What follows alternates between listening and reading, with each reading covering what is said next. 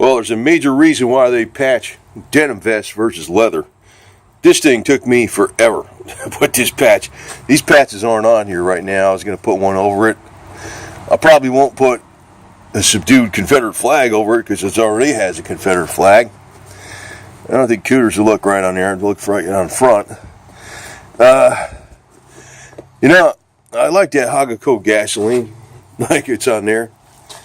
But I also like this one, but maybe do something like that. You know? Maybe do something like that. But I'll tell you one thing. This took me hours. I was working on it a little piece at a time. You can see you got a little thread right here. Got a trim right there a second. But it's on there. It's on there straight. And there's my little kitty cats. There's Dixie. Right there. Now, you know, it's kind of interesting. I went down to SAR meeting today. SAR is Sons of the American Revolution. Now, I'm also in that. Now, I don't know if I'm 100. Well, I should be in the SAR because my application's at National, and we did the genealogy work and stuff. It's just got to get final approval at National headquarters. But I found something interesting out that they have a lot of union down here. Union. I was thinking union. That's it's like war never stopped, for crying out loud. You know? I always look at it like this. You know, the South fought against the communists. You know, and the big money powers. Interesting too. When I looked up, they had like the Union. I guess you would call it Sons of Union Veterans. It looked like, you know, you had the eagle above it on a symbol, and you had U.S. in the shield. But the U.S. is like the U and the S is combined. It looks like a dollar sign. I said, well, that pretty much goes with it. Preserve the revenue instead of preserve the Union. Oh, so I says, man, a union. Well, I said to myself, well, when you're doing reenactments, you need something to shoot at anyway. So I guess you need them down there once in a while, right? But I'm looking at, you know, unfortunately, the meetings for the camps, both these camps, the one I went to last week, and the other one that I'm going to take a look at, they're always on the second Tuesday of the month, so I can't go to both camps meetings in the same month because their times are the same. I was kind of wondering why they did it like that, but I might be looking at another camp, light artillery in here in Ocala, and actually this part of Florida is where the Confederacy really happened. This was the county that seceded from the Union, really called for secession. This is the county that provided the cavalry to at least the cavalry from Florida to the Union, to the Confederacy. It was the first county to really push for secession, and it's amazing that even in this county, all this stuff is being under attack. And I really don't like going at it with its heritage or history. It's really an ongoing battle of freedom against communism. You know, the South fought for freedom. That's actually going to go. I got another patch. Should bring it out here a second. If I get the SCVMC patch, the word freedom's going over it. I got that rocker from Russian Patches, as a matter of fact. So I got that patch from Russian Patches, and you know, the SCVMC patch is circular, so I was going to put this over that patch. So people, you know, I really like doing these things because it kind of diffuses some of the automatic knee-jerk reaction some of the brainwashed people get about the flag, you know. And, you know, it was interesting, too, even at the meeting. But let me just say this, you know, before I even get on to some of these other divergent, tangential subjects, is that there's a reason why they don't put patches on leather.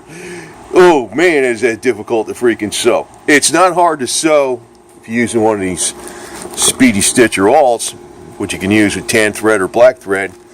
But that makes a pretty big hole in the leather, you know. So I'm using like a regular needle.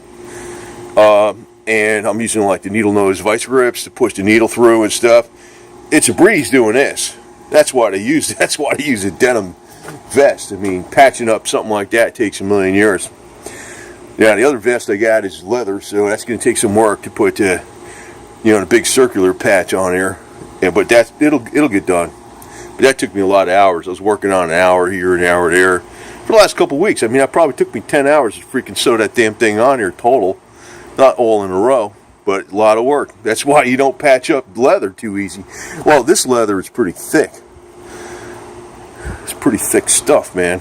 So, you can sew the leather though, no problem with the Speedy Stitcher wall, but that's too big a hole for using for patches. It's good if you got to put a zipper in a pocket, or you got to reinforce something, or sew something into something, or fix a seam. Fine. Say this broke over here or something, you can fix it with that Speedy Stitcher wall. But it's no good it's too big of a needle for patches, because you'd be putting giant holes in a patch and stuff, and it would be too obvious where the threads are, because it's really like a cord. It's not really like a thread. But at the meeting, it was kind of interesting too that there's some other things. I always knew about with the Russian Revolution and the Romanov family. I think it was that they were all killed by the communists. But I didn't know was that they were trying to get almost the entire family over to England, UK, before it happened, because they knew the communists were coming after them. The Bolshevik Revolution, or going to wipe them out because there would be no heirs. And UK said no, at least not the people, the higher ups. But that always tells me that's another thing that adds to a lot of different things. That at the very top echelons, Russian communism was brought about by the Western powers. You can see that with FDR and stuff. But if you can go back before that, and this is what I never realized.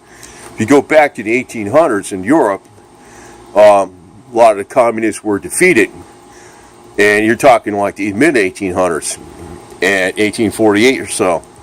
But what happened is they came to the United States, and a lot of them went into the Lincoln administration. Actually, a lot of communists were high up in the Union Army, and also in the Lincoln administration, besides a bunch of freaking business crooks. So, when you're looking at individual rights, not just states' rights, but very, very limited government. States' rights is not really telling you the whole story why, the Confederacy seceded. I know the slavery issue was a fake reason they put on the outside, because if they would have told them, well, we don't want to pay all the freaking taxes you're ripping off from us that you never give us any return on, the Union would have attacked right away. So they told them a fake reason. Now, back in 1828, when they passed the Tariff of Abominations, South Carolina passed those nullification laws, and what happened was, basically, they think Andrew Jackson said he was going to hang all of them and stuff. So they didn't play that game and say, we're going to get out of here we're leaving because of the Tariff of Abominations equivalent is now being pushed through by Lincoln, in his administration. So, they give him a fake reason. And, the North was benefiting by slavery just as much. They were running all the slave ships and all that other stuff. Money don't care, money's always got philanthropy angle on the outside, but money don't care about nothing except money. Money people. So the higher them up they got, the more money they got, the worse they are, man. That's just how it is. So, the way I like being the underdog, I don't care. I don't have Confederate heritage on my mother's side. I got Italian heritage, but I'll tell you one thing: I got no Union heritage, none. It's only Southern heritage. So, actually, my Italian side's got some interesting stuff, because my great-grandfather was the illegitimate son of Duke Albert Edward. Later became Edward II. I don't know, that doesn't mean nothing, though. I mean, you don't join a club for that or nothing. But it's kind of an interesting Italian heritage side, I'll tell you that right there, just from that angle. But the thing is, there's a lot of angles looking at with this. I'm going to be looking at the light artillery camp, also in Ocala. I'll be going down there the second Tuesday. And, when I put stuff up on the internet, like I put up a video about the woman's, not that I did the video, I just recorded it. I mean, I didn't do the presentation. But I don't like putting people's names or anything like that. It was just sort of like the raw information. Because, you know, it is going out in the World Wide Web. And, you know, I was actually told to do that before, you know, I did it. You know, so I got approval on it. I don't know who gave me approval, but it was like somebody did. I didn't even think I was going to record that, but I did. It was about the Georgia Women's Militia defending against the, the Yankee invaders. A very interesting presentation. I don't want to say who the names are. Great guy and stuff. He runs one of the camps in my area, and that was the meeting I was at the first time. And because I'm in the William Douglas McCain camp, the general camp, the 584 out of Tennessee, which I'm going for a life membership, but I'm looking into one of the local camps. And I met when I was at the SAR meeting, I met someone from the light artillery camp in Ocala. So I'll be taking a look at that. Pretty interesting. There's a lot of Union. They have a big camp down there. It's like, God, it's the invaders. Or what the heck are they doing? What's the Union doing down in Florida? They're retired. That's what's going on. The whole Union's coming down here. That's why they can't have a license plate for the Sons of Confederate Veterans issued by the state of Florida, where the money goes to the SCV. I was like, what's the matter with these people? Got Unionists coming down here. I mean, I'm from originally up there in New York, New Jersey area, but it's like I try to escape that place. I don't want to. They don't follow me down here. I'm like, God, I thought this area of Florida was never going to get, because it's not. What do you call it? It's not coast. It's not Fort Myers. It's not, West Palm Beach. That's usually where these people go from up north. They don't go over here. This was like way out there in county and stuff, So anyway, not anymore. They're freaking crowded in with retirees left and right. So I know I'll probably get this one patched. I'm gonna probably leave this for now, but maybe. Well, maybe it won't take me so long to do these little patches. So, maybe not. Maybe I'll put, because this might take me a few hours to do one, bet you. But this one was taking a long time. I guess I got figured. The other thing is I had to make sure it was on there straight. I had to cut so many threads and stuff and redo it down here. But it's on there good. It's on there good. You're going to get it absolutely perfect. I'm an amateur. But that's why they do not freaking, they don't use leather vests to patch up. They're difficult to freaking sew, man. This wasn't a problem. So my other vest is leather. So now this, a lot of fun sewing that on there. And it's going to have, a big circle patch. So with the SCVMC. So, God. And I'm going to probably, I'll wait a few months or so. I'm going to put a little bit bigger flag up there. It's going to be up about another 7-8 feet or so with the 6x10 versus the 5x8. And I'm curious about how well it goes together, because I'm actually going to use the T6061 T6 heat treat aluminum aircraft grade, which is better than 6063 T6. I was doing calculations on it with calculations I got for race car roll cages, different materials, wall thicknesses and stuff. And I calculated, and the thing is going to be way stronger than flag speed of 120 miles an hour with a flag. So it'll hang, And it'll only run probably $750, $800. But if you go to a 50-footer, I can't make one. I'd have to buy one. I'd have to have it trucked in. Hey, you're talking like, I don't know, $3,000-$4,000 or something. So I'm like, I don't know. Maybe I don't want to do that. But then also I start thinking, if I do the one in sections that I make myself, that could be something I can, if I figured it out and I actually did it, that could be something I can show people how to do. So we can get a bunch of 35-footers out here. And this is a 26.5-footer, I think. Get a bunch of them out there, 35-footers, and it's a 5x8 flag. We put a 6x10 up there. There's no wind right now, so flag ain't doing too much. But anyway, if you're gonna be patching up a vest, use denim. Man, this is a jacket I was patching up. I'm not looking forward to patching up that the black leather vest I bought for my big old circular patch. It may be coming in sometime. I'm not looking forward to patch. That's going to probably take me about. But I guess once I get that patch in, I'll probably work on it all day till it's patched up. But I'm not going to be wearing that patch riding solo. That's just, that's more like for events. The SCV MC patch, I'll be riding that with events. These patches, this is a solo thing, independent thing. So it came out good. They did, actually when this goes on, it comes up like this. It's like, it looks good. Yeah, I'll probably sew these. I'll probably sew these two on here next. Probably do this one, do that one. I got a few more coming. Got some more stickers coming. And probably should sticker this thing up too a little bit. Put some redneck shit on there. Little Craftsman toolbox. And everything's going good, man. Been hot as shit. The reason it's hot is because there's no wind. It's not just hot, there's no breeze. Ugh, God, humid. I mean, what are you doing? Can you imagine? I know why people, nobody'd be coming down to Florida if there was no air conditioning. There wouldn't be nobody down here. Air conditioning is what freaking made them come down. Man, because you'd be jumping in a pool or something about all day or something, like just in between work. I know if I was, there's no air conditioning out here, I'd probably have like a little pool I'd jump into and just cool off every once in a while. Man, it's like a hot, sticky, it's not bad when there's a breeze.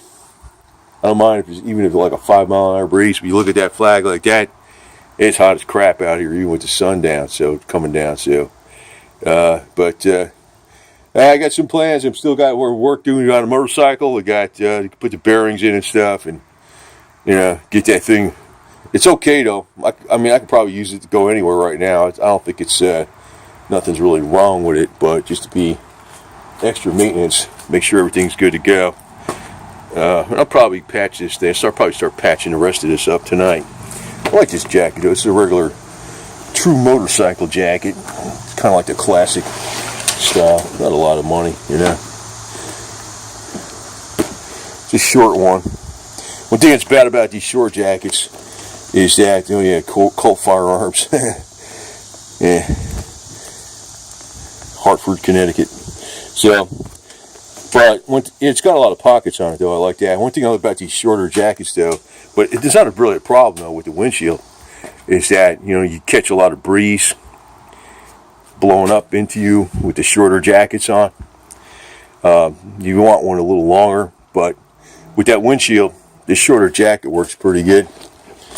There's no problem at all. Right now it's hot as shit. I don't even wear it, but with that windshield, that blocks probably about 75% of the wind in your mid section of the body. So, but I really liked riding with the patch. It's made Harley Davidson stuff turned into a bunch of BS. That's what got me out of riding more, because the idiots that are around with it. Yeah, a lot of people, got into the Harley Davidson stuff are, I know they use that term, rich urban biker, which I don't really care, whatever it is, but it's gotten to be even years ago, it already turned into the big pose.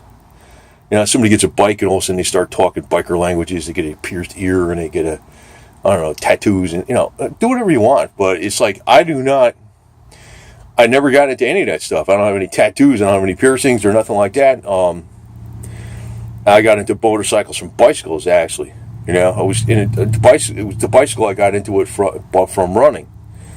And people used to say, yeah, instead of going running 8-10 miles or 20 miles, once in a while I do 20s. Usually it was 8 to 10. Go get a bike. So then I was doing, 70 to 110 miles on a bicycle. And I was riding that thing so many hours that I got in, and that's what got me curious about getting a motorcycle. So that's how I got into it. I never got into the biker culture stuff ever. Yeah. And it turned me off when I saw too many people out there riding that were kind of like phony.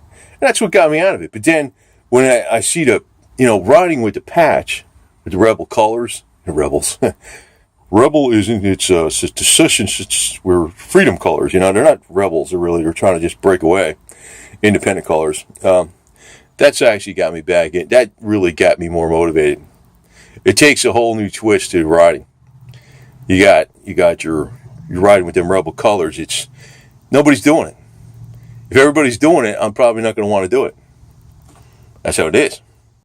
There's Big Bad Paws the biker cat. I got old biker cats here. Big old dude, man. These little kittens are so tiny. So tiny. Back in June, they were little gerbils. Here it is. 3 months later. Look at this guy. He's it's almost like a full-size cat. But you know what? I've been feeding them vitamins. Carbon C60. There's no vitamins in that stuff. It's in the wet food, but it's just this liver burst meow mix. It's going down here, by the way. Yeah, what are you doing, huh? Oh, there's treats in there. Put a bunch of treats in here. Yeah, freaking yo-yo.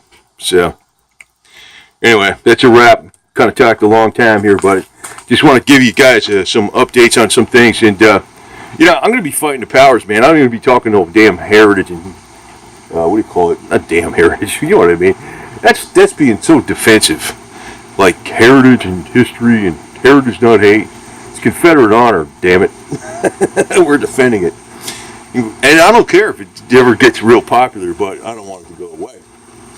That's the thing. I actually probably wouldn't like it if it got real popular. You know why? Because then it gets lame. You got a bunch of freaking followers that are actually attacking the Confederacy because they've been told, they've been brainwashed.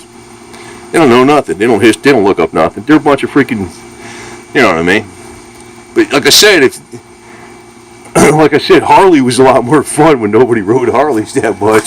You know what I mean? It's the same thing with the rebel emblem here, or the Confederate emblem, I should say, not the rebel emblem. If everybody did this, it wouldn't be no fun. I don't want it to go away completely, but it's okay if it's a minority thing, because it's always going to be rebel then, isn't it? Right? There's a little Dixie down there playing around. Oh yeah. Good old cat. Anyway, meow meow, over and out.